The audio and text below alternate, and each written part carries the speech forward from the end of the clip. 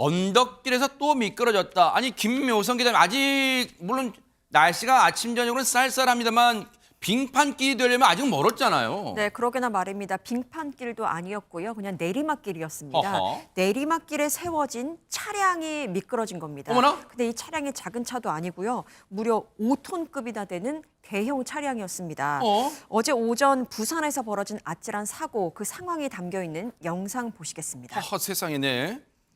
경사가 급한 내리막길로 커다란 차량 한 대가 뒤로 미끄러지듯이 어머나, 이렇게 어머나. 내려갑니다. 손쓸 새도 없이 멀어지면서 속도가 걷잡을 수 없이 빨라진 어머. 이 차량, 순식간에 안전펜스를 넘어서 인도까지 덮치고 말았는데요. 세상에. 인근 상가까지 들이받고 나서야 겨우 멈춰섭니다. 어머. 하마터면 언덕으로 올라오던 버스와도 부딪힐 뻔했는데요. 이 차량 놀랍게도 무려 80m나 이렇게 밀려 내려왔다고 합니다. 지금 이제 버스가 오네요. 마을 버스로 보이는 데네. 아하, 네. 지금 보세요.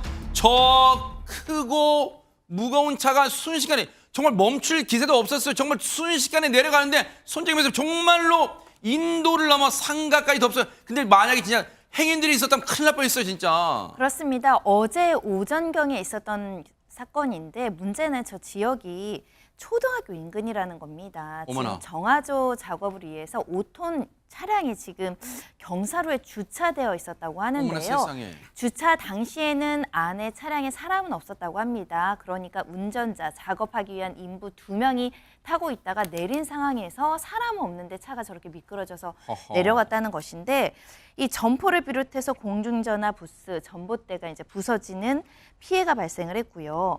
그런데 정말 천만다행히 다친 사람이 한 명도 없었습니다. 천만다행이네요. 이게 정말 천만다행이라고 말씀드리는 게요. 지금 네. 초등학교 인근이라고 했고 네. 저기가 내리막에서 지금 막혀서 멈춰선 공간이 초등학교 후문 바로 앞이었다고 합니다. 후문 앞이었다고요? 그렇습니다. 어머. 특히 이 길은 학생들이 만약에 등교하는 시간대였다면 등교하는 초등학생이 없을 수밖에 없는 공간이었다라고 하는데요. 세상에. 다행히 등교 시간 몇 시간 전에 이 사고가 발생했기 때문에 통행하는 학생들 또 인도에 있었던 사람들이 없었던 상황이라고 하고요.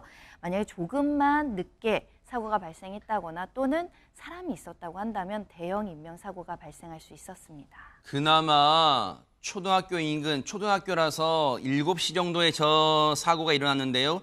보통 초등학생은 한 9시 정도 그냥 등교 시간이니까 그나마 이른 시간이어서 하지만 그런데 7시 정도면 저 근처에 사시는 이 직장인들 출근 시간도 7시 정도면 하잖아요.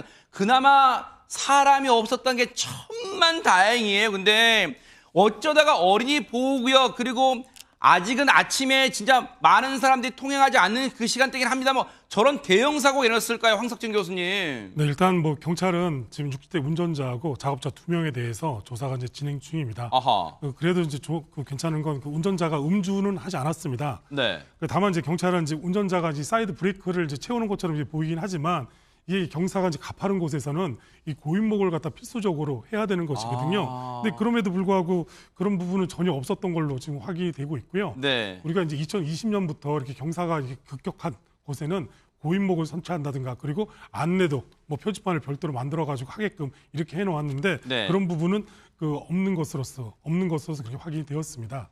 아니 근데 하지근 평론가 진짜 천만다행인 게 아이들은 등교하기는 이른 시간이라 하더라도 상가잖아요. 상가를 들이받았잖아요. 저 상가의 주인분께서 조금 이른 시간에 장사 준비하시려고 나왔다면 진짜 큰일 날 뻔했어요, 진짜. 무려 80여 미터 정도를 5톤 트럭이 저렇게 질주를 하고 상가에 부딪힌 건데 사람이 다치지 않았다는 게 천만다행입니다. 천만다행, 진짜 하늘이 도왔어요, 정말 진짜. 자칫 대형 사고가 될 수도 있었던 건데 네. 근데 저 사건이 정말 이해가 가지 않는 포인트가 있는 사건입니다. 뭘까요? 그러니까 이제 1차적으로 이해가 가지 않는 건 당연히 왜 고인목을 설치하지 않았는가. 그러니까요. 그게 1차적으로 이해가 가지 않는 건데. 저 내리막길에 왜 고인목을 설치하지 않아요, 진짜? 네, 그게 당연히 이해가 가지 않는데 더 이해가 가지 않는 건 뭐냐면 뭘까요? 저 차량을 운행하는 업체에서 네. 유사한 사건이 이미 있었다는 겁니다. 아, 그래요? 그러니까 넉 달 전인 지난 7월 달에 그때도 네. 부산에서 경사로에서 고인목이라든가 안전장치를 설치하지 않아서 차량이 미끄러져 가지고 40대 작업자가 사망했던 세상에. 사건이 있었던 거예요. 바로 저 업체에서. 같은 업체인데요? 그렇습니다. 네. 바로 넉 달 전에 사람이 사망에까지 했으면 그 외에는 안전수칙을 당연히 더 엄격하게 지켰어야 될 것 같은데 왜 똑같이 고인목을 설치하지 않았는가? 이게 참 이해가 가지 않는 대목입니다. 아니 최진영 변호사님 이번 사고 때는 천만다행 하늘이 도와서 인명피해는 없었다지만 같은 업체예요? 지금 이 업체에 대해서 뭔가 철퇴를 좀 가야 되는 거 아니에요, 진짜? 그렇습니다. 지금 구청에서 위탁을 받은 업체이기 때문에 이런 것을 행정법적으로 공무수탁 사인이라고 합니다. 그렇다고 하면은 이 업체 자체뿐만 아니고 사실은 구청도 조금 더 관리를 해야 될 의무가 있습니다. 그러네요. 그러다 보니까 지난번 그 사고가 있은 이후에 구청 관계자는 이번 그 뉴스파이터 제작진이 확인해 본 결과 네. 구청 관계자가 지난 사고 이후에 수시로 안전교육을 하라. 그리고 또 고인목 설치하다라는 그 공문도 보냈고 네. 실제로 전화로 해서 구두로 안내도 했다고 합니다. 그럼에도 불구하고 그때 뭐 하다마다 업체 측 같은 경우에는 알겠다. 잘 지키고 있다라고 답변을 했다고 하는데요. 그럼에도 불구하고 이렇게 사고 났지 않습니까? 근데 저는 이걸 보면서 업체 자체도 무신경했던 것에 대해서 명확한 책임을 지고 공무수탁 계약을 해제해야 되는 것이 아닌가라는 얘기를 할 수밖에 없고 더불어서 구청 같은 경우에도 이렇게 공문만 내보내는 것이 맞았냐? 오히려 현장에 가서 하나하나 좀 확인하는 것까지도 필요한 것이 아니냐 하는 이런 부분이 있기 때문에 아마 이것은 이 지역뿐만 아니고 전국적인 문제가 있을 수 있는 맞아요. 부분입니다. 네. 그렇기 때문에 이번 차제에 그 중앙관청인 행정자치부, 행정안전부에서 이 부분에 대한 안전점검에 관한 공문과 현장 지도 점검 반드시 필요한 것 아닌가 생각합니다. 정말 인명피해 한 명 없었던 진짜 오싹하지만 천만다행이었던 그런 사고였습니다.